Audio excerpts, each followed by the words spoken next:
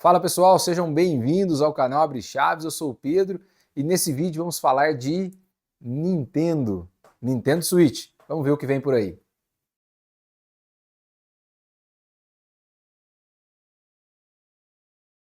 Se você chegou em 2025 e ainda não sabe o que é o Nintendo Switch, tá aqui, ó.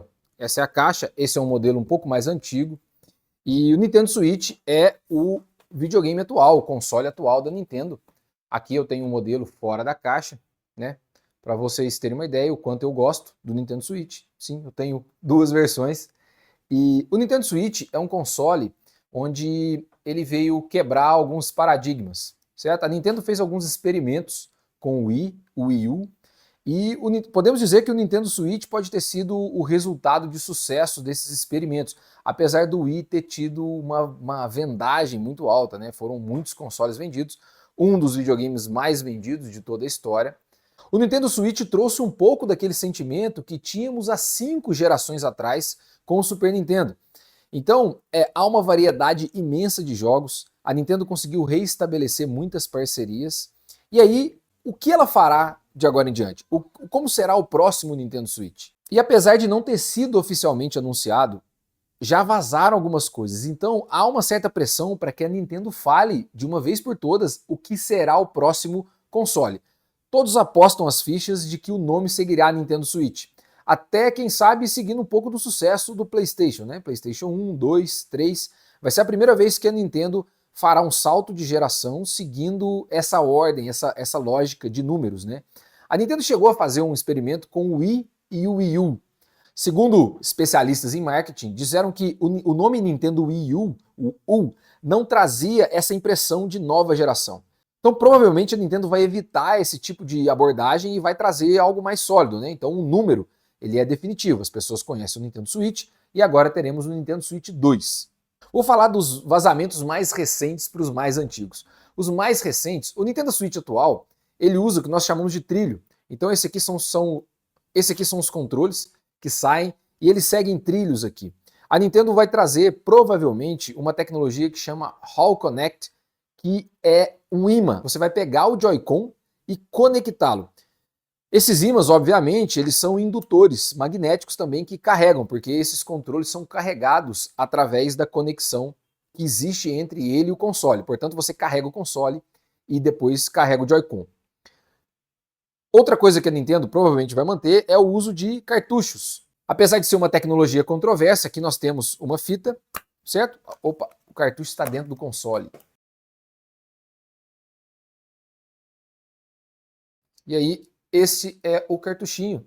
É meio controverso, né, no mundo digital, onde nós precisamos de grande capacidade de dados e transferências online, a Nintendo resolveu apostar num cartucho. Por quê? Porque esses cartuchos permitem alta velocidade de leitura e gravação, apesar de que você não tem grandes volumes de dados para serem gravados quando você está jogando, né? Isso não faz muito sentido. Mas você lê muitos dados ao mesmo tempo. Seguindo nos vazamentos, tivemos recentemente uma imagem do que provavelmente seria a placa-mãe. E aqui vem o grande problema, né? A grande expectativa.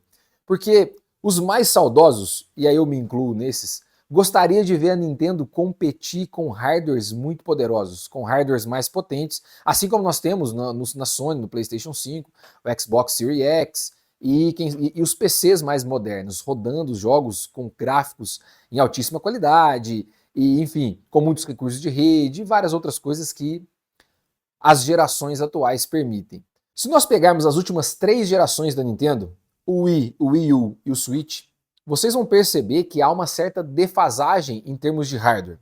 Por exemplo, nós dizemos que o Switch é da mesma geração do PS4. Então, se voltarmos um pouquinho, o Wii vai ser da mesma geração do PS2.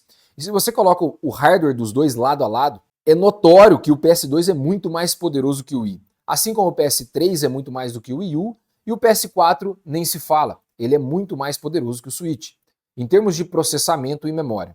No entanto, isso não impede a Nintendo de oferecer grandes experiências, jogabilidade, franquias exclusivas. Então, os personagens da Nintendo só podem ser jogados na Nintendo, e isso é um trunfo muito bom. Voltando à placa-mãe, nós vimos alguns elementos que mostram com que a geração do chipset que vai ser desenvolvido, ou que foi já desenvolvido para o Switch, 2 no caso, é uma geração de 2020. Ou seja, nós podemos comparar talvez o fim da geração das placas de vídeo da segunda geração da NVIDIA e começando a série 30. Então a série 20, entre a série 20 e a série 30. Naquele momento já existiu o DLSS. E aí, juntando com mais um vazamento da Nintendo, ela patenteou uma tecnologia que é muito semelhante ao DLSS. O DLSS é uma inteligência artificial que permite com que você faça uma leitura dos quadros que estão sendo processados no seu videogame. E o que eu quero dizer quadros? E aqui uma informação um pouquinho mais técnica. Mas quando você está jogando, está com o controle na mão e aperta qualquer botão, a ideia é que esse botão gere uma ação no jogador, no personagem, ou o que quer que seja que você esteja jogando, e isso vai mudar as informações, os dados dentro do videogame, e ele vai renderizar uma imagem a partir desse processamento. Essa renderização, ela gera uma imagem, essa imagem é exibida na tela. Nós sabemos que jogos normalmente rodam a 30 FPS ou 60. Se você não sabe o que é FPS, é frames por segundo, quadros por segundo. E esses quadros, ou seja, em um segundo você tem, no mínimo, partindo desse pressuposto, 30 imagens. O DLSS basicamente é uma inteligência artificial que fica lendo essas imagens. E ele sabe que não há grandes alterações de uma imagem para outra. Portanto, se não há grandes alterações, você consegue inserir quadros nesse intervalo. Então você não precisa, por exemplo, forçar um videogame, um console, um hardware, a processar, renderizar 60 quadros por segundo. Você pode falar com que ele processe 30 e você insere mais 30 com inteligência artificial. E aí, obviamente, ele não insere 30 quadros iguais, mas a IA ela vai fazer uma leitura desse quadro e talvez tentar entender o que muda de um quadro para o outro. Do quadro 1 para o quadro 3, o que mudou? Então eu vou inserir um quadro 2 que faz essa interpolação, ou seja, você não vai perceber absolutamente nada, mas você poupa em muito hardware do videogame. E aí vem a questão. Pode ser que nós estejamos esperando que a Nintendo traga um hardware robusto, mas talvez não seja necessário. E aí, com um hardware um pouco mais modesto, que consiga rodar jogos, mas que adote essas tecnologias mais modernas de inteligência artificial, na ajuda de renderização e processamento, nós com certeza vamos conseguir executar jogos com grande qualidade e que exigem menos hardware. E provavelmente é nisso que a Nintendo vai apostar. Então, eu não estou esperando que a Nintendo traga uma imensa capacidade de memória, um processador muito robusto, até porque isso é muito caro. Isso vai encarecer o produto no seu preço final. Mas a Nintendo pode sim apostar no software que roda dentro desse videogame, que é capaz de auxiliar o processamento e quem sabe trazer os jogos, os AAAs que tanto adoramos, né? Quem joga o Switch sabe o quanto foi sofrível, por exemplo, o The Witcher 3 rodar no Switch. E aí é impensável no Switch termos, por exemplo, GTA ou jogos desse tamanho, jogos que têm talvez essa qualidade gráfica, ou mesmo jogos semelhantes que tenham gráficos muito apurados, né, gráficos muito robustos. Mas com essas tecnologias de IA e essas patentes novas, pode ser que tenhamos a oportunidade de vermos esses jogos rodando no Switch. E aí um segundo ponto, que é o streaming de games. Há uma geração atrás, nós não tínhamos uma infraestrutura de telecomunicações que permitisse com que o streaming de games fosse tão robusto. Hoje nós podemos observar, por exemplo, uma iniciativa da Microsoft que é o Game Pass. Eu já ouvi falar muito bem desse serviço da Microsoft, então pode ser uma outra aposta. Eu não acredito que esse seja o cenário básico que a Nintendo vai seguir. Eu acredito que ela vá continuar entregando jogos dentro dos cartuchos. Cartuchos são como pendrives, você tem pendrives de grande capacidade hoje, então elas podem trazer pendrives de 256 GB, 512 GB, 1 TB. Lembrando que quanto mais recursos você utiliza, mais caro fica. Então os jogos podem ter um encarecimento, mas na medida com que a tecnologia avança e mais recursos são disponibilizados para os usuários, esse preço também diminui. Então é natural com que o preço se mantenha e a capacidade de hardware aumenta. Sendo assim, eu acho que teremos um Nintendo Switch 2 com talvez o dobro de capacidade desse console atual.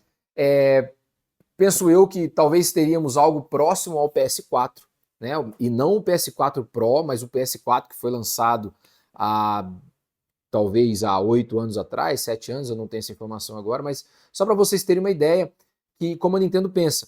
Óbvio que um hardware que foi lançado há 8 anos atrás, se lançado hoje, é um hardware mais barato. Portanto, eu acho que a Nintendo vai conseguir manter um preço legal do Nintendo Switch e continuar na mesma linha que deu muito certo. O Nintendo Switch continua vendendo absurdamente, é um console de muito sucesso, com grandes jogos, trouxe um sentimento muito legal que, para mim, eu que sou um jogador de muito tempo, havia perdido.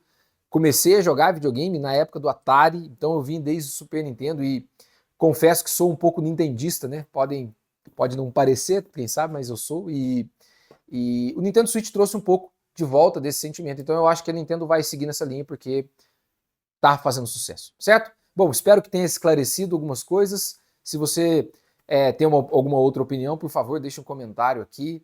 Ajude esse canal, compartilhe com a galera. Vamos elevar essas discussões e em breve esperar o novo console da Nintendo. Valeu, um abraço, até logo.